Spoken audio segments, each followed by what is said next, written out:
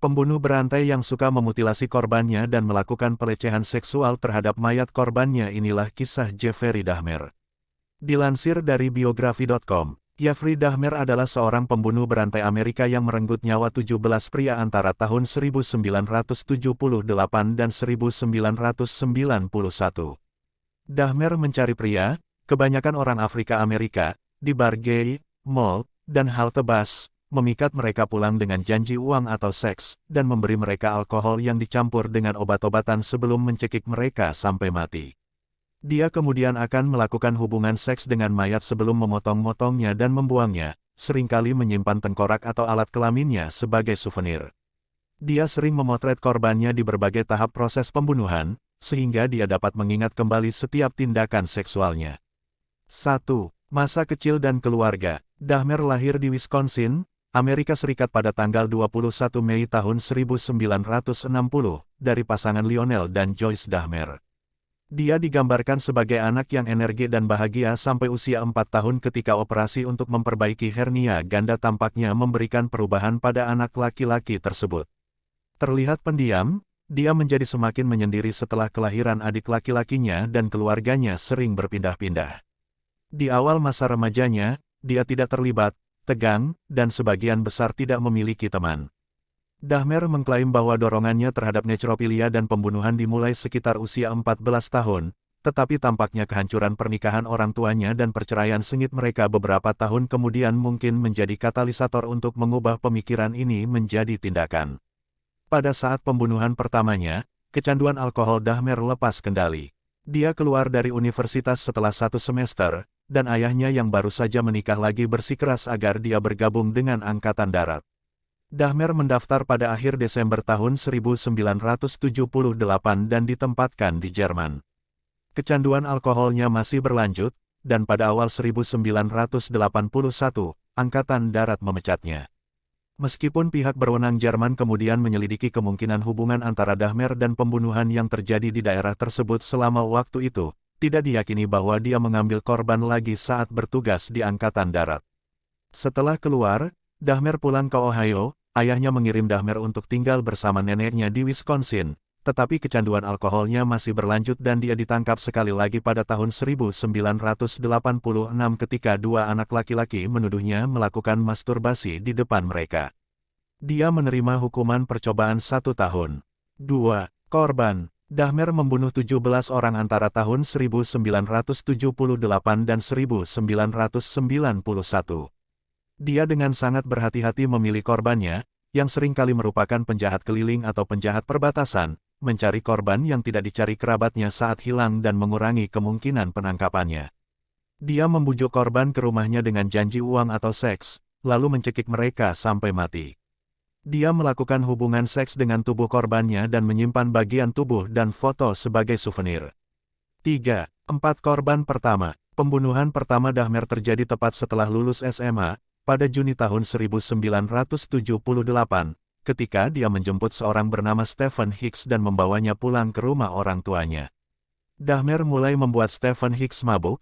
Ketika Stephen Hicks mencoba untuk pergi, Dahmer membunuhnya dengan memukul kepalanya dan mencekiknya dengan barbel.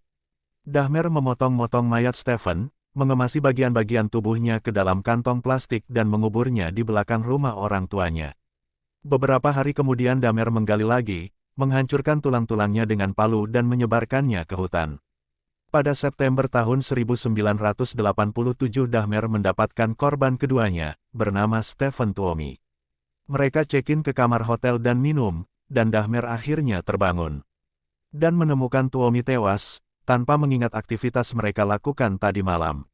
Dia membeli koper besar untuk mengangkut mayat Tuomi ke ruang bawah tanah neneknya, di mana dia memotong-motong dan melakukan masturbasi pada mayat sebelum membuang mayatnya. Setelah Dahmer membunuh 2 korban lainnya di rumah neneknya, meskipun nenek dia tidak mengetahui aktivitas Dahmer dan neneknya memaksa Dahmer untuk pindah dari tempat itu pada tahun 1988. 4. Tuduhan pelecehan seksual. Pada bulan September tahun 1989 itu, Dahmer berhasil melarikan diri dengan sangat beruntung. Pertemuan dengan seorang anak laki-laki berkebangsaan Laos yang berusia 13 tahun mengakibatkan tuduhan kekerasan seksual tingkat 2 untuk Dahmer. Dahmer mengaku bersalah, mengklaim bahwa bocah itu tampak jauh lebih tua. Sambil menunggu hukuman atas kasus kekerasan seksualnya, Dahmer kembali menggunakan ruang bawah tanah neneknya untuk melakukan hal yang mengerikan.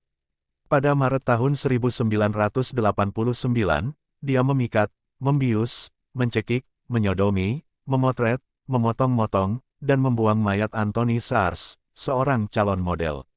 Pada persidangannya atas penganiayaan anak pada Mei tahun 1989, Dahmer memasang raut penyesalan, berdebat dengan fasih, dalam pembelaannya diri, tentang bagaimana dia telah melihat kesalahannya, dan bahwa penangkapannya membuat titik balik dalam hidupnya. Pengacara pembelanya berpendapat bahwa dia membutuhkan perawatan, bukan penahanan, dan hakim setuju, menjatuhkan hukuman penjara 1 tahun pada hari pembebasan, mengizinkan Dahmer untuk bekerja di pekerjaannya pada siang hari dan kembali ke penjara pada malam hari, sebagaimana serta hukuman percobaan 5 tahun. Bertahun-tahun kemudian, dalam sebuah wawancara dengan CNN, ayahnya Dahmer menyatakan bahwa dia menulis surat kepada pengadilan yang menjatuhkan hukuman, meminta bantuan psikologis sebelum pembebasan bersyarat putranya. Namun, Dahmer dibebaskan lebih awal oleh hakim, setelah menjalani hukuman hanya 10 bulan. Dia tinggal sebentar dengan neneknya setelah pembebasannya, selama waktu itu tidak ada yang berubah dari tubuhnya, sebelum pindah kembali ke apartemennya sendiri. 5. 13 korban terakhir. Selama 2 tahun berikutnya, jumlah korban Dahmer bertambah, dari 4 menjadi 17. Dia mengembangkan pembunuhan seiring kemajuannya, bereksperimen dengan bahan kimia dan sering memakan daging korbannya. Dahmer juga mencoba mengebor tengkorak korban saat mereka masih hidup dan menyuntikkan mereka dengan cairan asam. Pada tanggal 27 Mei tahun 1991, tetangga apartemen Dahmer, Sandra Smith, menelepon polisi untuk melaporkan bahwa dia melihat seorang bocah lelaki asal Asia berlari telanjang di jalanan.